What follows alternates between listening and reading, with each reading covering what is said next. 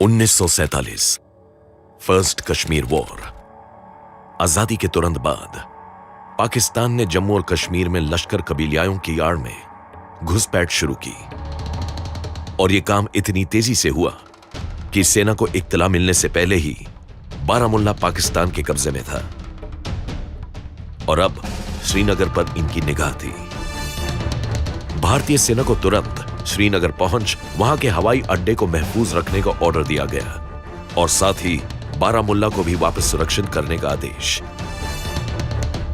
लेकिन चूंकि उस वक्त कश्मीर में फोर्सेस की डिप्लॉयमेंट बेहद कम थी, तो तुरंत दिल्ली से सिर्फ एक रेजिमेंट की 2 कंपनियां ही श्रीनगर भेजी जा सकती थी। श्रीनगर में सेना की यूनिट्स वैसे ही कम थी और कश्मीर को बचाने का जिम्मा अब इन्हीं पर था। इन 2 कंपनियां का साथ दे रही थी कुछ छोटी प्लाटून्स और स्टेट फोर्सेस के जवान, जो कि कुल मिलाकर 150 के करीब थे और उनके सामने थे दुश्मन हजारों की संख्या में।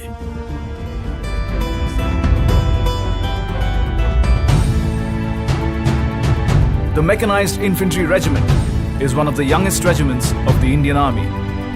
सबसे पहले इस कंपनी ने बेहद कुशल रणनीति बनाते हुए बारामुल्ला में मौजूद उरी के छोटे शहर में जेलम नदी पर बने लोहे के उरी ब्रिज को नष्ट कर दिया।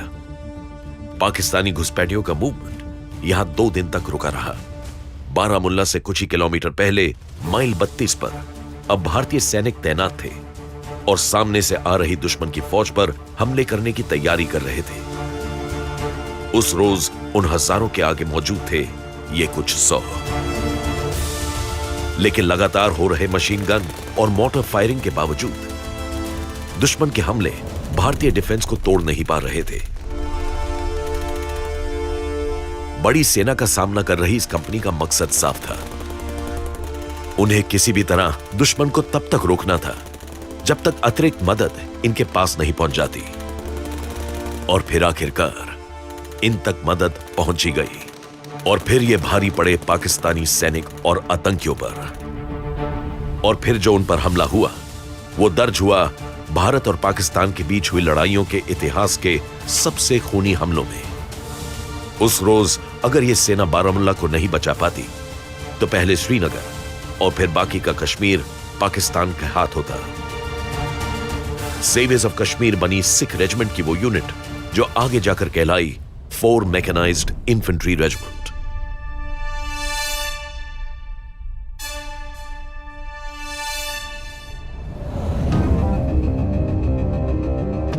मैकेनाइज्ड इन्फेंट्री एक ऐसी इन्फेंट्री यूनिट है जिसने राइफल हाथ में लेकर पैदल चलने वाले सैनिक की क्षमता को बदल कर रख दिया।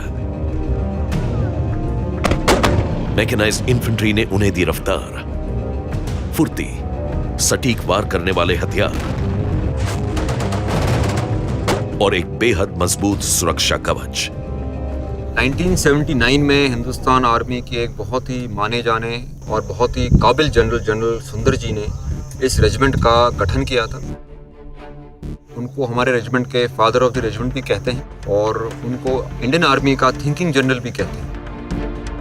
परम विशिष्ट सेवा मेडल से सम्मानित जनरल सुंदर जी 1986 से 1988 तक भारतीय सेना के चीफ ऑफ आर्मी स्टाफ भी थे। उन्हें भारतीय सेना की न्यूक्लियर स्ट्रेटजी में उनके योगदान के लिए जाना जाता है और उस सोच के लिए भी जिसने भारतीय सेना को ट्रेडिशनल वॉरफेयर से फ्यूचरिस्टिक वॉरफेयर के लिए तैयार किया। पहले बार जब मैकेनाइज्ड इन्फेंट्री के बारे में हम लोगों ने बातचीत की वो है 65 की लड़ाई की बात। So it is after that we realized that there is a necessity of having the mechanized infantry.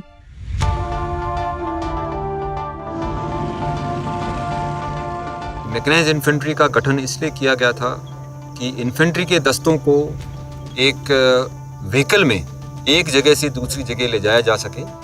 और ये सारे जितने भी मैकेनाइज्ड इन्फेंट्री बटालियंस उस टाइम पे कन्वर्ट की गई थी, they were all the oldest of the battalions of the regiments. So they had great history with them.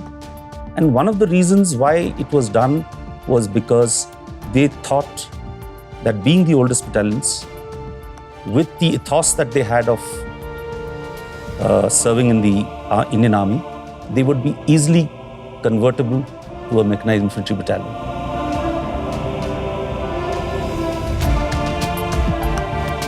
हमारे जो फाउंडर फादर थे जनरल के सुंदर जी साहब, और उन्होंने बोला था it is the regiment of the future in today's army. और उनका ये विजन था कि जैसे जैसे लड़ाई का स्कोप बढ़ेगा, हम पैदल सेना की तरह हर जगह नहीं पहुंच सकते हैं, और अगर दुश्मन को हमने मुकाबला करना है, रैपिडली हमने कहीं पे एंगेज करना है, एडवांस करना है, तो इन्फेंट्री को भी आर्मर की तरह मैकेनाइजेशन देना है।